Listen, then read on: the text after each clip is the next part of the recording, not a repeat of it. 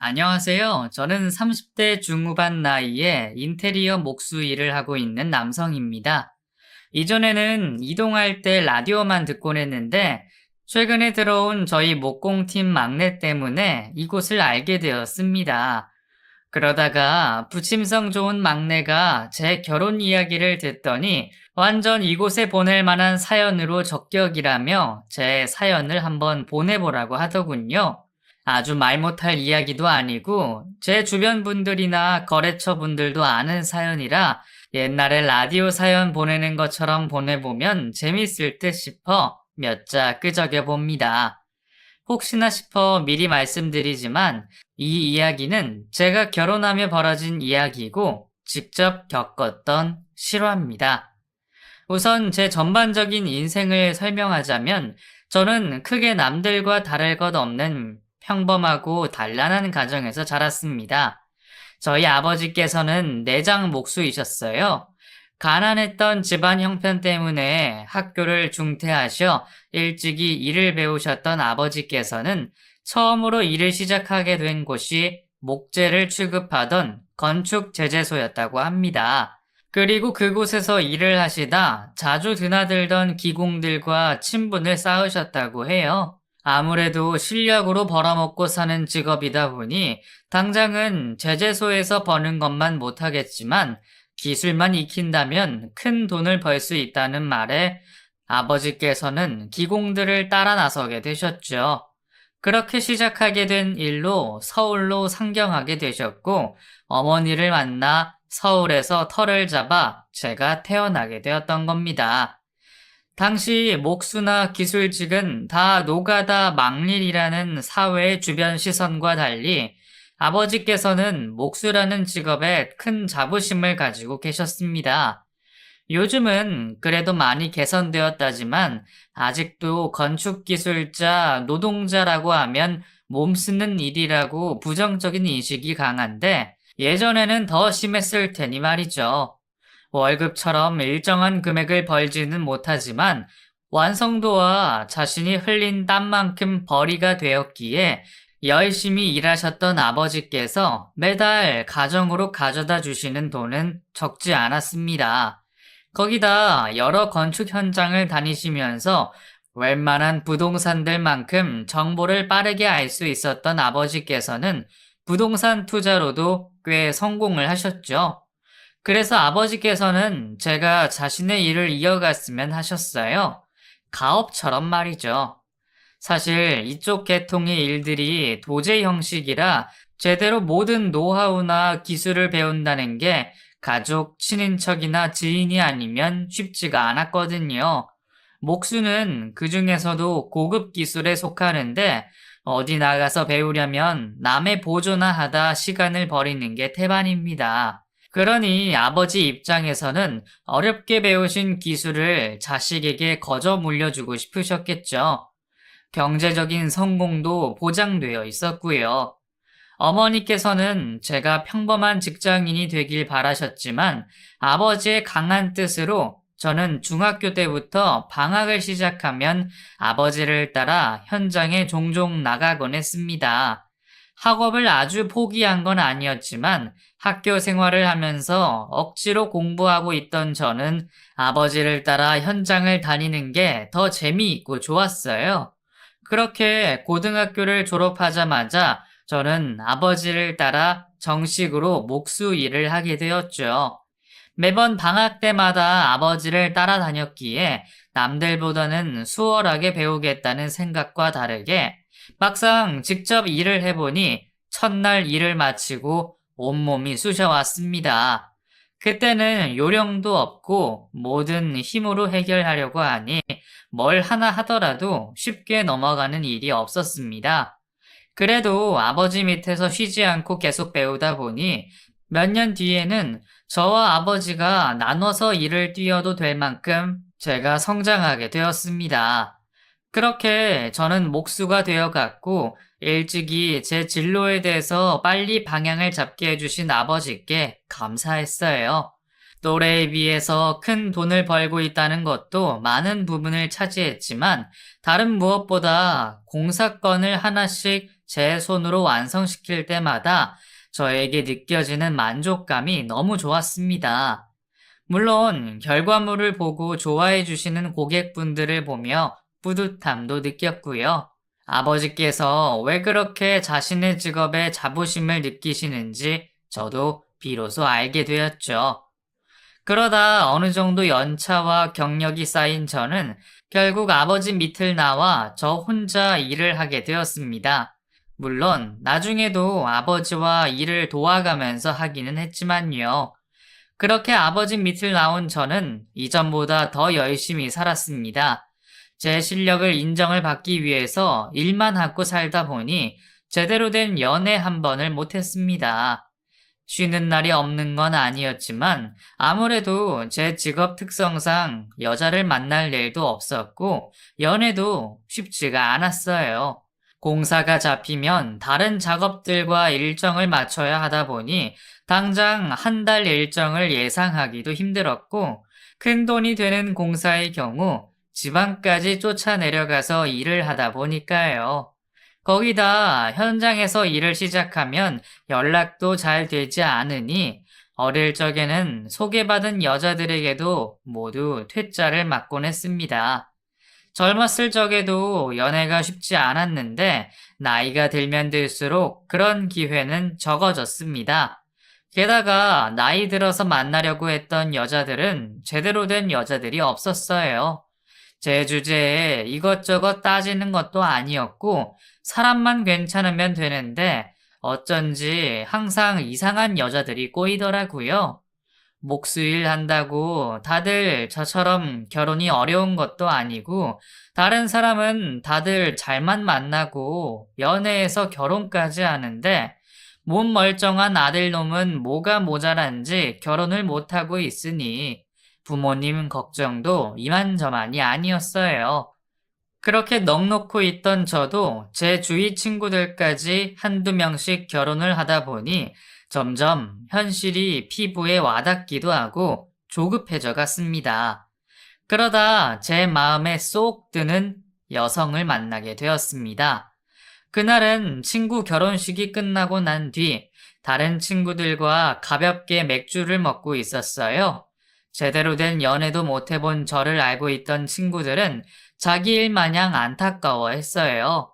그러면서 분위기에 취했는지 갑자기 자기들이 도와주겠다며 난리를 치는 겁니다.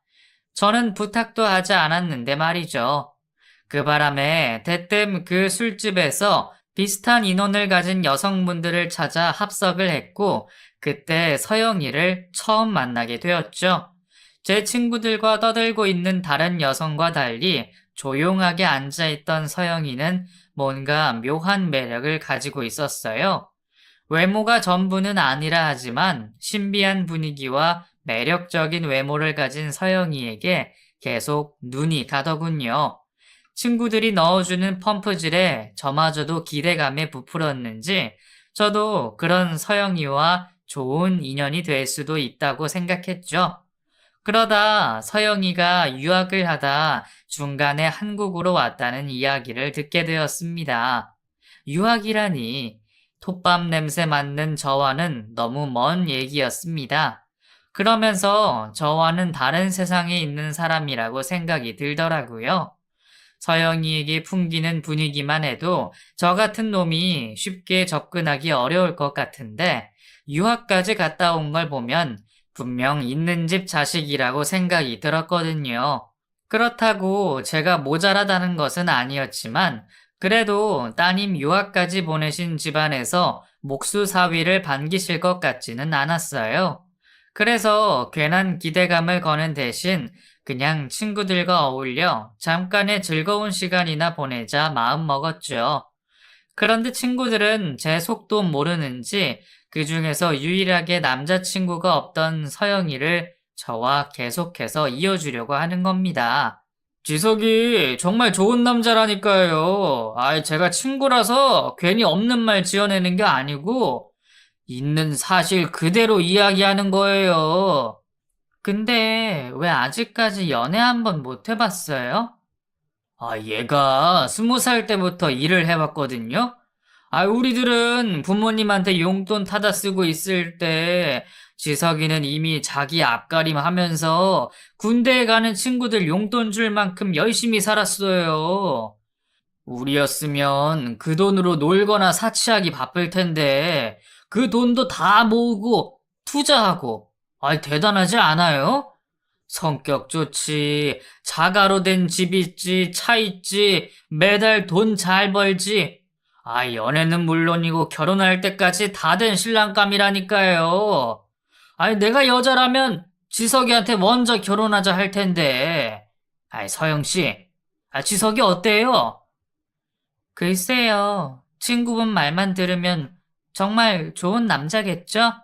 그런 남자라면 반하지 않을 여자가 있을까요? 그게 사실이라면 저도 만날 의향 있어요. 서영이의 대답은 자칫 오해할 수 있는 애매한 대답이었지만 전 개인적으론 긍정적인 대답으로 생각되었어요. 사실 저도 그런 대답을 듣게 될 거라 생각도 못했는데 모두의 예상을 깨는 긍정적인 대답에 제가 가장 많이 가슴 떨렸던 것 같아요. 그날 저는 운이 좋게도 서영이와 연락처를 교환하고 헤어지게 되었습니다. 하지만 연애 한번 제대로 못 해본 저는 그 상황이 얼떨떨했고 제가 괜한 오해를 하는 게 아닌가 싶었어요. 아니나 다를까 잘 들어가고 있냐라는 제 메시지에도 아무 답장이 없길래 술자리 분위기를 망치고 싶지 않아 억지로 한 행동이었구나 라고 생각하게 되었죠. 답도 없는 문자에 그럼 그렇지 내 인생에 무슨 여자냐 하며 집에 들어가 잠을 청했습니다. 그런데 푹 자고 일어난 다음 날 서영이한테 답장이 와 있는 겁니다. 피곤해서 일찍 잠드는 바람에 문자를 늦게 봤다며 제 안부를 물어오는 서영이의 메시지에 저는 다시 한번 가슴이 뛰는 것을 느꼈습니다. 그 메시지를 시작으로 서영이와 자주 연락을 하게 되었어요. 처음에는 그저 서로의 안부를 물어보며 지내는 오빠 동생의 사이로 연락을 하게 되었습니다. 그러다가 서로에게 장난도 치며 문자를 넘어서 전화 통화도 종종 하게 되었던 우리는 따로 약속을 잡아 만나기도 했죠. 서영이를 만나며 신중하게 서로가 어떤 사람인지를 알아가고 있었습니다. 그러다 저도 서영이의 사연을 알게 되었죠. 고생 한번 안 한 것 같은 고운 손에 유학까지 다녀와 아무런 걱정도 없을 것만 같았던 서영이는 저도 상상하기 힘든 시간을 보내고 있었어요. 그런데 서영아, 너는 왜 유학을 다 마치지 않고 한국으로 왔어? 사실 이건 다른 사람들한테도 말을 못했는데 우리 부모님께서 두 분 다 돌아가시게 되면서 급하게 한국으로 돌아오게 된 거예요.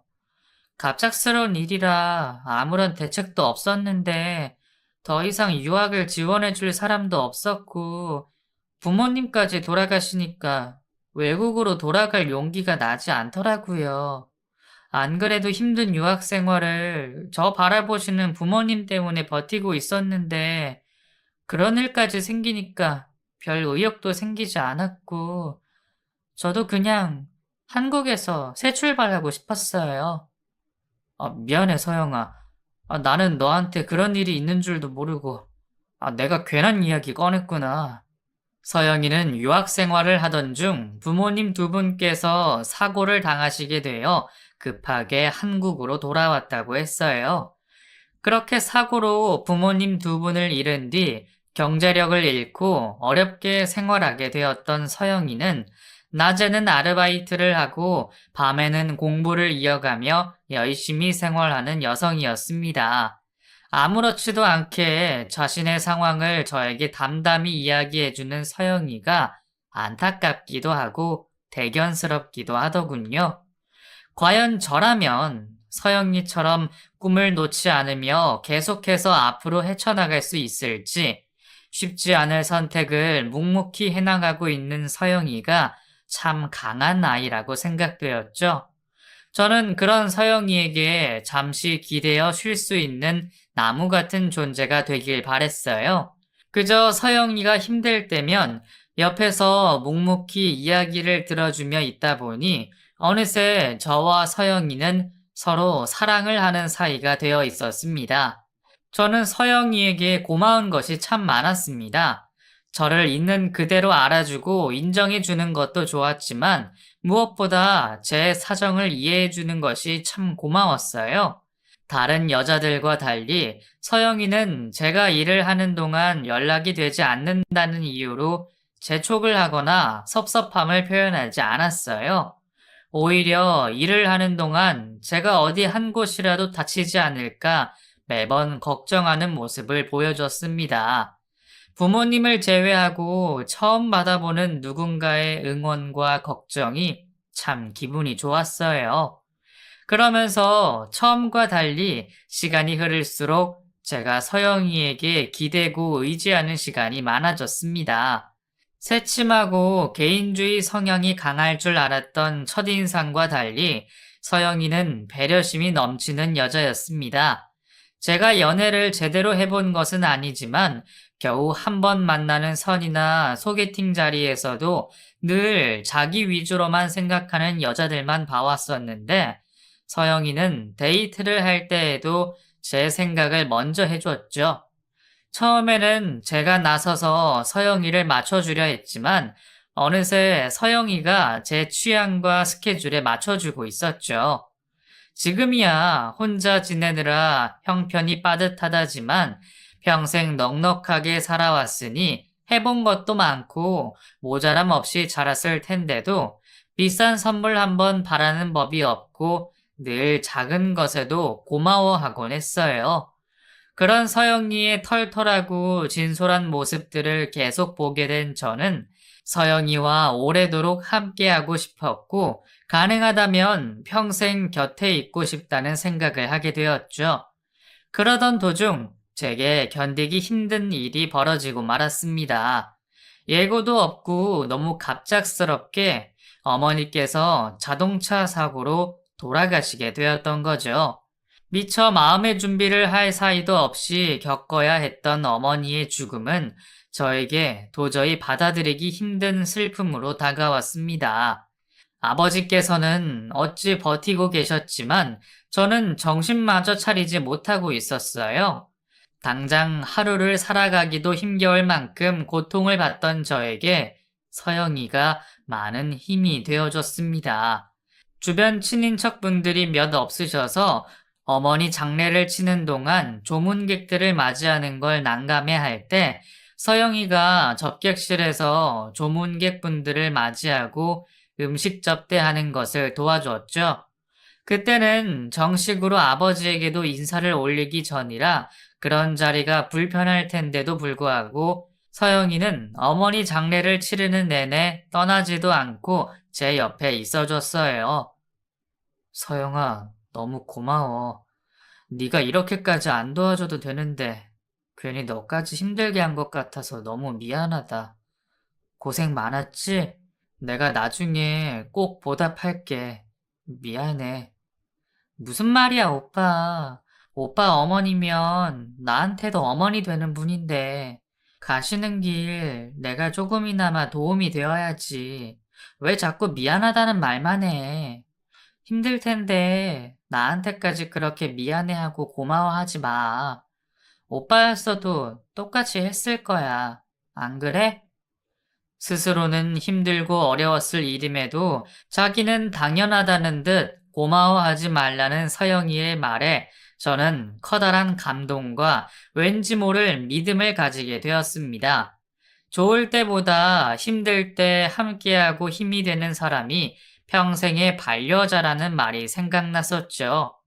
제가 힘들고 지칠 때마다 제게 위로와 안식처가 되어주는 서영이가 제가 평생 그리던 제 반쪽이라는 확신이 들게 되었습니다. 그렇게 어머니를 보내드리고 서영이 덕분에 조금씩 일상을 되찾아가던 저는 얼마 뒤 서영이에게 정식으로 프로포즈를 하게 되었습니다.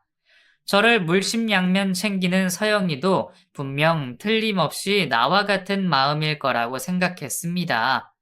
평생 처음 내본 용기를 끌어 서영이에게 청혼을 했고, 그날 서영이도 그런 저의 진심을 받아들여 주었습니다. 서영이의 부모님이 계시지 않기에 혼자 계신 저희 아버지에게서만 허락을 받으면 되었어요. 저희 아버지도 어머니 장례식에서 애쓰던 서영이의 모습을 보셨기에 당연하게도 서영이를 반기셨습니다. 참한 며느리 얻게 되었다며 서영이를 못 보시게 된 걸 참 아쉬워했어요. 아버지의 말씀에 어머니 생각이 떠올라 다시금 우울해졌지만 하늘에서 어머니가 저와 서영이를 보고 계실 거라 생각하며 서로 아끼며 열심히 살아가겠다 다짐했습니다. 그렇게 저는 뒤늦게 만난 서영이 덕분에 행복한 결혼식을 올리고 부러워만 하던 신혼여행까지 다녀올 수 있었습니다. 신혼생활에 대한 기대감에 아무런 걱정을 느끼지도 못한 채 신혼의 단꿈에 젖어 있었죠. 신혼여행에 갔다 오고 나서 아내는 혼자 계신 아버님을 챙기기 바빴습니다. 물론 제가 곧바로 현장으로 나가 일을 하게 되어 혼자 있는 시간이 많았던 아내지만 그래도 시부모님을 먼저 챙기는 일이 쉬운 선택은 아니었는데 아내는 고맙게도 저를 대신해 아버지와 좋은 시간을 보내주고 있었어요. 나왔어, 여보. 고생했어. 얼른 씻어. 이것만 하고 내가 바로 밥 차려줄게. 응? 웬 화과자야? 아버지 드리게? 응, 아버님도 화과자 엄청 좋아하시더라고. 그래서 내일은 내가 직접 만든 걸 가져가려고. 당신 오늘도 아버지 댁에 갔다 온 거야? 나랑 아버님이랑 이제 얼마나 친해졌다고. 처음에는 며느리가 집에 오는 게 어색해 하셨는데, 이제는 나랑 노는 게 좋으신지 이런저런 이야기들을 들려주시더라고. 덕분에 시간 가는 줄도 모르고 있었다니까.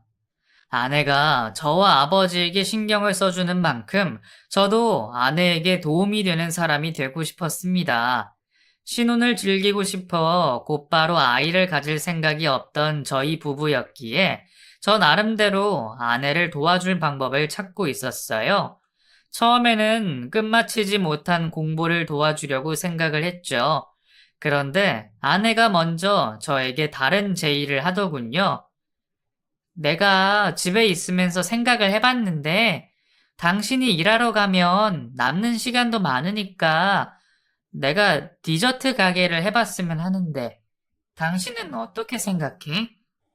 디저트 가게? 아니, 안 그래도 나는 당신 공부 다시 시작하면 어떨까 생각했는데, 나도 공부 생각해 봤는데, 당장은 아니지만 우리 아이 계획도 해야 하고, 이제 다시 시작하려면 너무 늦은 것 같기도 하고, 나 디저트 가게 잘할 자신 있어. 물론, 가게 차리는 돈은 당신한테 부탁해야 하지만, 내가 꼭 금방 잘 돼서 갚을게. 아내가 장사에 관심이 있는 줄은 처음 알았습니다. 가게를 차리는 비용이 많이 드는 것도 고민이 되었지만 그보다 처음 하는 장사를 아내가 잘 해낼 수 있을지 의문이 들기도 했어요. 하지만 해보고 싶어 하고 의욕을 보이는 아내의 모습에 고심 끝에 부탁을 들어주기로 했죠. 처음 하는 장사에 가게 터라도 같이 봐주려고 했는데 아내는 다른 장사를 하고 있는 친구와 알아보겠다고 했어요. 친구와 부동산을 돌아본 첫날, 바로 괜찮은 곳을 계약하게 되었다는 아내는 처음 해보는 장사에 굉장히 들떠 보였어요. 그런 아내에게 제 선물이라며 가게 인테리어를 직접 해주겠다고 했죠. 남편 직업이 목수인데 괜한 곳에 돈을 쓰게 할 수도 없었고, 기념이 될 만한 일이라 제 손으로 해주려고 했습니다. 그런데 아내는 저의 제의를 거절하는 겁니다. 내가 해준다는데도 싫어? 정말 괜찮아. 당신 하루 일당이 얼만데 고급 인력을 어떻게 그냥 써. 그냥 매장 인테리어에는 돈 별로 안 쓰려고. 나랑 친구랑 몇 군데만 페인트 덧칠 정도 할 거야. 아니, 그래도 내가 직접 해주고 싶었는데. 거절하는 아내 때문에 그마저도 도와줄 수는 없었어요.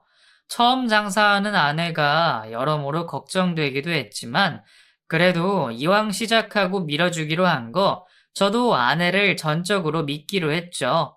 그런 제 우려와 달리 아내의 가게는 처음부터 잘 되어 보이는 듯 했어요. 자, 이거 당신 선물. 그리고 이건 당신 거 사는 김에 내 것도 샀어. 어때? 예쁘지? 고마워.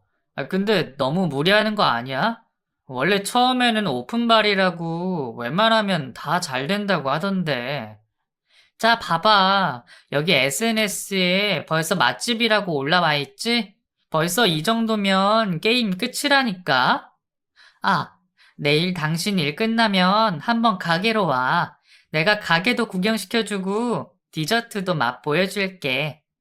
그동안 바빠 아내의 가게에도 가보지 못한 저는 아내의 초대에 처음으로 가보게 되었습니다. 장사가 잘 되어 좋았지만 그보다 사랑하는 아내가 행복해하는 모습을 보면서 그걸로 만족스러웠어요. 다만 과소비라고 느껴질 만큼 씀씀이가 커지는 아내를 보며 걱정스럽기도 했지만 스스로 노력해 번 돈을 가지고 이래라 저래라 할 수 없어 지켜보기만 했죠. 그리고 날이 갈수록 장사가 잘 되어서 그런지 아내는 집을 비우는 시간이 많아졌습니다. 나중에는 얼굴 맞대고 밥 한 번 먹기 힘들어지더군요. 그러다 제가 몸을 다치는 일이 생겼습니다.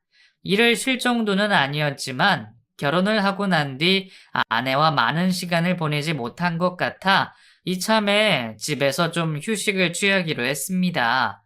그런데 같이 시간을 보내려던 제 의도와 달리 아내와 많은 시간을 보낼 수가 없었어요.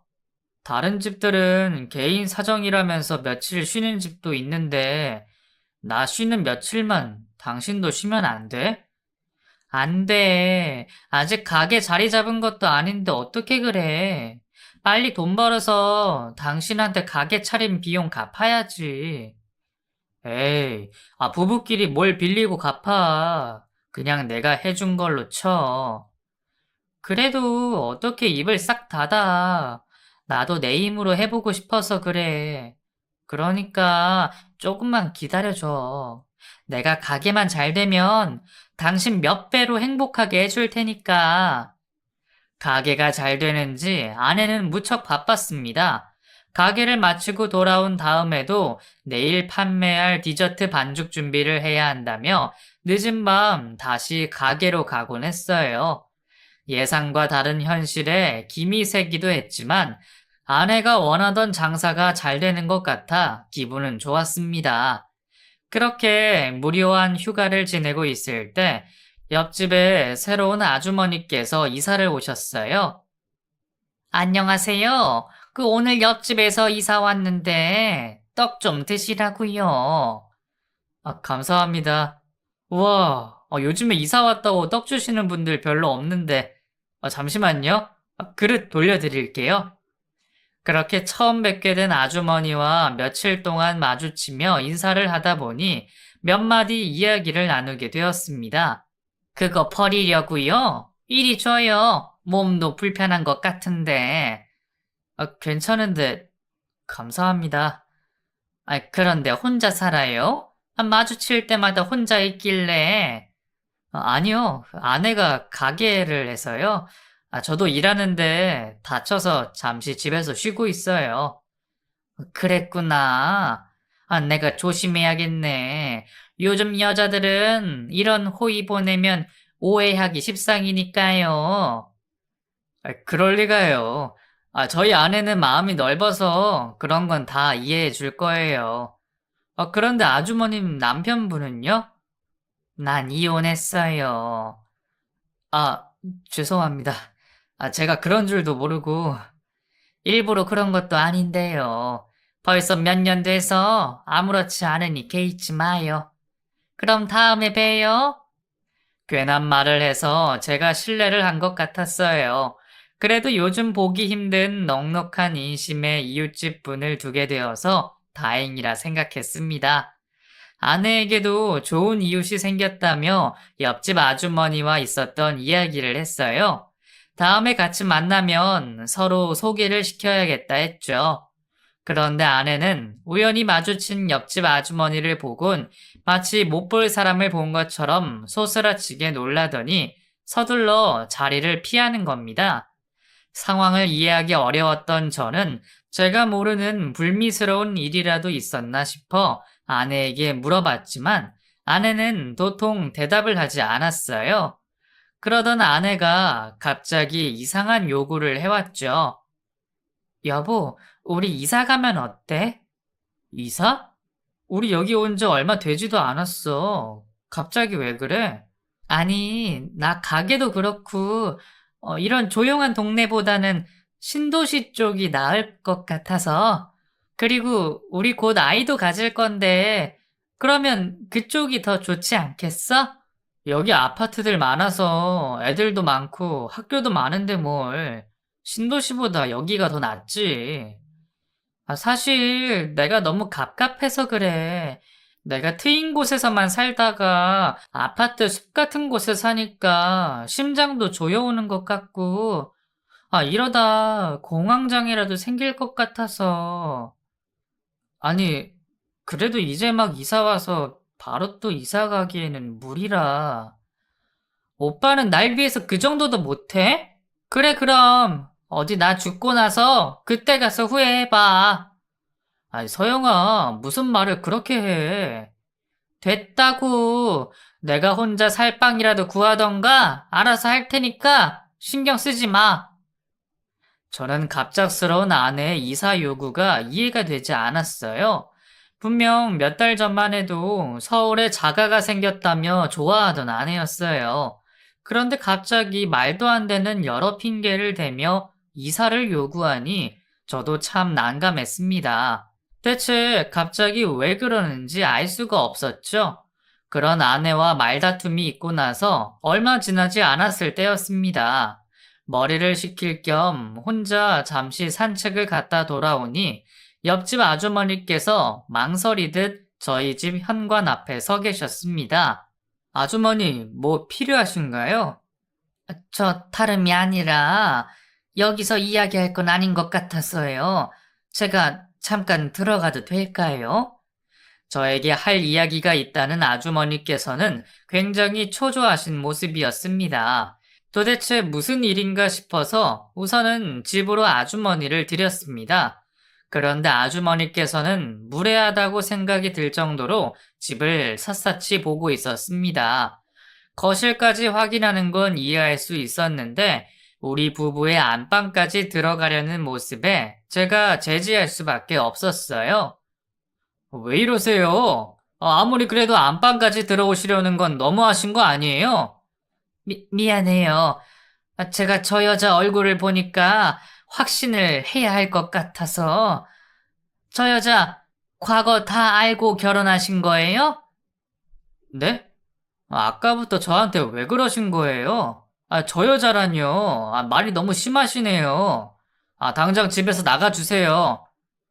도대체 제 아내를 어떤 여자와 착각을 하는 건지 모르겠지만 계속해서 무례한 모습을 보이는 아줌마를 더 이상 집에 둘 수 없어 집 밖으로 쫓아내고 있었습니다. 그런데 저기 저 여자 이름 이서영이 맞죠? 저 여자 때문에 내가 이혼녀가 된 거라고요. 옆집 아주머니 입에서 제 아내의 이름이 나오고 믿을 수 없는 말을 했죠. 아주머니가 제 아내 때문에 이혼녀가 되었다니 도대체 무슨 일인가 했어요. 내가 처음에는 긴가민가 했는데 이 집 거실에 저 사진을 보니까 확실해졌어요. 아내분이라는 저 여자, 내 남편 꼬신 여자가 맞다고요. 저 여자 과거 다 알고 있다면 나도 이 자리에 있을 이유가 없지만 아니라면 내 이야기를 들어보고 결정해요. 사기꾼한테 속은 결혼 유지할 수 없잖아요. 아주머니, 무슨 사정인지는 모르겠지만, 혹시라도 거짓말하거나 이상한 이야기 하신다면, 저도 가만히 있지 않을 겁니다. 아시겠어요? 그래요. 나한테 증거까지 다 있으니 기다려봐요. 증거를 가져오겠다며 자신의 말에 확신을 가진 아주머니를 보니 저도 점점 불안해지기 시작했습니다. 믿고 싶지는 않았지만 아주머니의 말처럼 제가 모르는 아내의 과거가 있다면 어떻게 해야 할지 상상하기도 싫더군요. 제가 초조하고 불안한 상상을 하던 사이 아주머니께서 집에서 증거들이라며 여러 서류들과 사진을 가지고 왔어요. 자, 봐요. 이게 내가 전 남편이랑 이혼 관련한 소송이고, 이건 저 여자에 대한 상간녀 소송, 이건 제가 외도 관련으로 모아둔 증거들이에요. 아주머니께서 증거라며 펼친 사진이 한눈에 들어왔고, 그곳에 찍혀 있는 여자는 누가 봐도 제 아내가 맞았습니다. 어때요? 이 여자 아내분이 맞죠? 이럴수록 정신 차려야 해요. 우선 그 여자 관련된 내 이야기를 듣고 다음을 생각해 봐요. 믿을 수 없는 상황에 아주머니께서 제게 자신의 이야기를 들려주었습니다. 2년 전 남편과 결혼한 지 15년 차인 아주머니께서는 이전까지만 해도 행복한 가정을 꾸리고 사셨다고 합니다. 불임으로 두 분 사이에는 아이가 없었지만 15년이 되도록 신혼부부처럼 사이좋게 지내셨다고 해요. 아주머니의 남편분은 중소기업의 사장님이셨고 그 회사에 제 아내가 비서로 입사하게 되었죠. 이전까지도 여성 관련으로 아무런 문제가 없었던 남편을 믿었던 아주머니께선 제 아내와 남편분의 수상한 모습에도 단순한 노사관계로 생각하셨다고 해요. 하지만 점점 외도가 의심되는 모습에 결국 사설업체에 의뢰를 하게 되었고 두 사람의 뒤를 캤다고 합니다. 그렇게 두 사람의 외도를 알게 된 아주머니는 증거를 직접 모았고 이혼 소송과 상간녀 소송까지 하게 되었던 거죠. 이혼 소송하고 상간녀 소송하면서도 둘이서 죽고 못 사는 모습을 보이길래 저는 전 남편이랑 저 여자가 결혼이라도 하려는 줄 알았어요. 그래서 904호 아내분 보면서도 설마 했고요. 저 여자랑 결혼한 지는 얼마나 된 거예요? 아니, 만난 지가 얼마나 된 거예요? 혹시 그동안 수상한 점은 없었어요? 아주머니께서는 몰아치듯 저에게 질문을 하셨고 당장 믿을 수 없는 진실에 혼란스러웠던 저는 스스로 정리할 시간이 필요했습니다. 죄송하지만 아주머니, 제가 너무 혼란스러워서요. 혹시 아내랑 마주치시더라도 모른 척 해주세요. 저 스스로 정리를 해야 할 것 같아서요. 그래요. 지금 당장은 혼란스러울 텐데 내가 언제든지 도와줄 테니 필요하면 날 불러요. 혼자서 정리를 해보다 아내의 말을 어디까지 믿어야 할지 혼란스러웠습니다. 저와 아내가 처음 만난 게 1년 6개월 전이니 아주머니께서 말한 2년 전이라면 그 일이 있고 6개월 만에 저를 만나게 된 일이었습니다. 그리고 2년 전이라면 아직 유학 중이어야 했어요. 아내의 말보다 제 눈앞에 놓인 증거들을 믿을 수밖에 없었고 아내를 의심하게 되었죠. 당신 유학 말이야. 미국 어디에서 공부했다고 했지? 어? 왜? 갑자기 그게 왜 궁금한데? 그냥 갑자기 궁금하기도 하고 나중에 당신 살았던 곳 여행이나 가볼까 하고. 어디야? 그게 뉴- 뉴욕. 응, 뉴욕이야. 그래? 뉴욕이야? 근데 당신 샌프란시스코에서 공부했다고 하지 않았어? 내가 언제 샌프란시스코에서 했어? 당신이 잘못 기억하는 거야. 공부한 곳은 뉴욕이야. 그리고 난 거기 좋은 기억이 없어서 별로 가고 싶지 않아. 일도 바쁘고.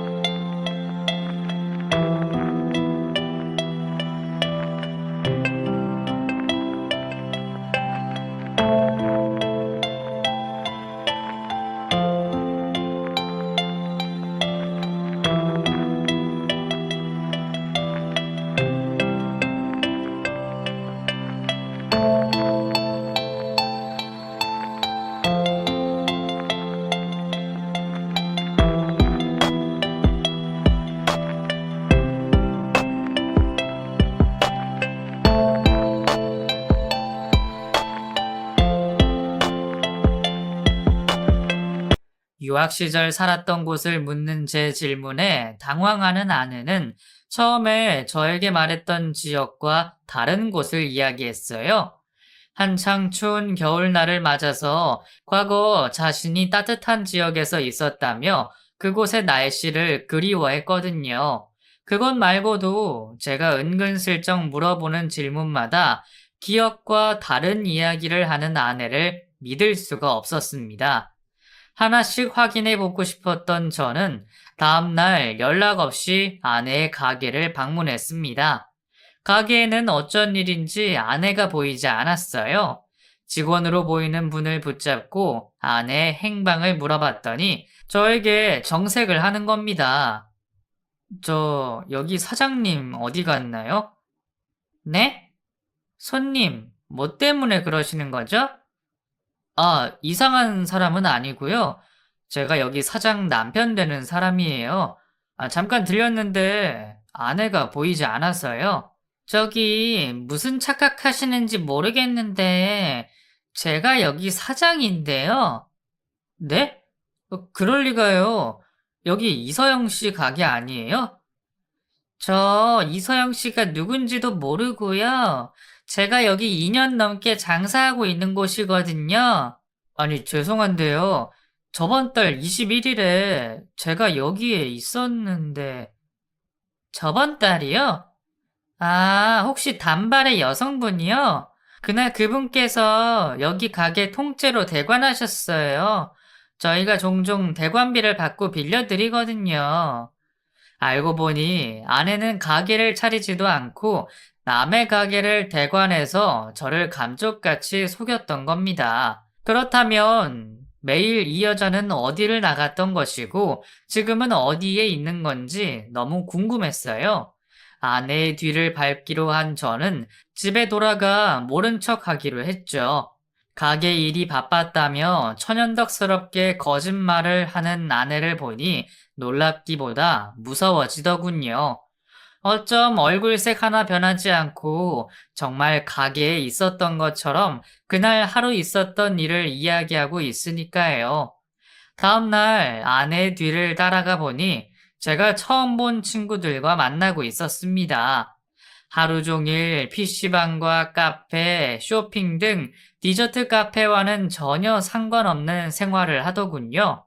굳이 왜 저를 속여가면서까지 거짓말을 하고 있는지 이해가 되지 않았습니다. 오후가 되어서 준비한 디저트가 다 팔렸다면서 집으로 온 아내는 다시 가게로 돌아가 내일 판매 준비를 해야 한다며 저녁이 되자 나갔습니다. 뒤쫓아 가보니 이번에는 제가 놀랄 만한 곳으로 아내가 들어갔습니다. 그곳은 여성 전용 호스트바였죠. 그 모습을 직접 목격한 저는 도대체 제가 누구와 살고 있는 건지 혼란스러웠어요. 현모양처 같았던 아내는 어디 가고 저런 양아치 같은 여자만 있었으니 말이죠. 저는 그 여자를 잡아 따져 묻기 전에 혹시나 싶어 옆집 아주머니에게 조언을 구했습니다. 아주머니께서는 자신이 이혼 소송을 하면서 알게 된 것들을 알려주시며 제대로 이혼하고 싶으면 최대한 합법적인 증거들을 수집하라며 설명해 주셨어요. 그리고 하루빨리 이혼 전문 변호사를 찾아가라고 하셨습니다. 그렇게 저는 아내의 이중 생활의 증거들을 조금씩 모았고 변호사와 상담을 했습니다. 변호사님은 제가 아직 결혼을 한 지 3개월이 지나지 않아 혼인 취소도 가능하다고 했어요. 그리고 지금까지 제가 피해본 금액을 따져봤을 때 혼인 취소 후 나머지 건들을 진행해야 한다고 말씀해 주셨습니다. 그 얘기를 모두 다 듣고 어느 정도 증거를 모았던 전 아내에게 제가 알고 있는 모든 사실들을 말했습니다. 당신 오늘도 가게 다녀온 거야? 뭐야 당신 당연한 이야기를 진지하게 해.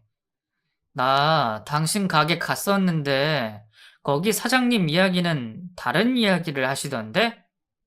뭐? 그게 얼마나 속일 수 있다고 생각했어? 몇 달도 안 돼서 밝혀질 거짓말을 도대체 왜 한 거야? 내가 그렇게 바보처럼 보였니? 아니, 내가 가게를 하려고 알아봤는데 그 돈으로는 부족한 것 같아서 사실 아직 알아보고 있는 중이야. 뭐? 당신 친구랑 하루 종일 노는 게 가게를 알아보는 중이라고? 내가 모를 것 같아? 당신 밤마다 호스트바 들락날락 하는 거 내가 모를 것 같냐고! 미안해, 여보. 내가 잘못했어. 목돈이 생기니까 내가 갑자기 눈이 돌아버려서 내가 잘못했어. 용서해줘, 여보. 지금까지 나한테 거짓말한 거 빠짐없이 다 이야기해. 거짓말? 여보, 정말 그게 다야. 나 믿어줘. 끝까지 거짓말을 하는구나. 당신 이사 왜 가자고 한 거야? 그건 가게랑 아이 가지게 되면 제발 이제 거짓말 좀 그만해. 당신 옆집 아주머니 때문이잖아. 당신 과거 때문에 들통날까 싶어서 그런 거잖아. 전 남편이랑 불륜 관계고 상간녀라 소송까지 당한 증거 모두 내 두 눈으로 확인했어. 이제 거짓말 좀 그만해. 나 이제 당신이 무서워져. 내가 알고 있는 것 중에 이름 빼고 사실인 게 있어? 제 물음에도 아내는 어떤 대답도 없었습니다. 끝까지 대답이 없던 아내는 지금까지 있었던 이야기를 적어달라는 제 요구에 순순히 응했어요. 묵묵히 아무 말도 없이 써내려간 글에도 아내가 저를 속인 의도와 이유를 알 수는 없었지만 저와 연애를 한 순간부터 지금까지의 거짓에 대해서는 빼놓지 않고 적었습니다. 모든 것이 밝혀지고 저는 그 여자에게 혼인 취소 소송을 하게 되었습니다. 서영아, 한 가지만 물어보자. 도대체 왜 나한테 모든 걸 속인 거야? 그게 아니었어도 우리 잘 될 수도 있었잖아. 나 당신 사랑한 적 없어. 그냥 내가 행복해지려면 그렇게 할 수밖에 없었어. 당신이 알다시피 난 누군가에게 붙어서만 살 수 있는 사람이니까. 그냥 재수 없어서 못된 년한테 걸렸다고 생각해. 내가 해줄 말은 그것밖에 없어. 남에게 씻을 수 없는 상처를 줘놓고 무서울 정도로 차분한 그 여자를 보니 지금에서라도 헤어진 게 다행이다 생각되었습니다. 다행히 제가 모은 증거들과 그 여자의 자백서로 인해 혼인 취소는 받아들여졌고 저는 피해본 금액들을 가지고 그 여자에게 사기죄로 고소하게 되었습니다. 그리고 현재는 혼자서 생활하고 있어요. 주위에서 하나둘씩 결혼으로 떠나가는 사람들 때문에 제가 조급했는지 제대로 사람을 알아보지도 못하고 이런 사기 결혼을 하게 되었나 싶습니다. 아니 어쩌면 마음 먹고 속인 사람에게는 당할 방도가 없을지도 모르겠네요. 지금은 결혼에 조급해하지 않고 지내고 있습니다. 오히려 혼자인 생활을 즐기면서 저 스스로를 알아가고 있어요. 바쁘게 살다 보니 몰랐는데 제 스스로를 너무 모르고 있었습니다. 저 스스로를 완벽히 이해하고 난 뒤 좋은 인연을 만나고 싶어요. 아직은 다른 사람을 만나는 생각조차 않고 있지만 혹여 나타난다면 거짓 없는 진실된 사람을 만나고 싶네요. 제 이야기를 들어주셔서 감사합니다. 많이 응원해 주세요.